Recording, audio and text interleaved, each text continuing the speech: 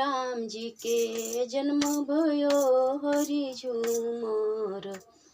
कहाँ में बाजेला बधाओ खेलब हरि झूमर। गखुल में मथुरा में राम जी के जन्म भयो हरि झूमर। गखुल में बाजेला बधाओ खेलब हरि झूमर।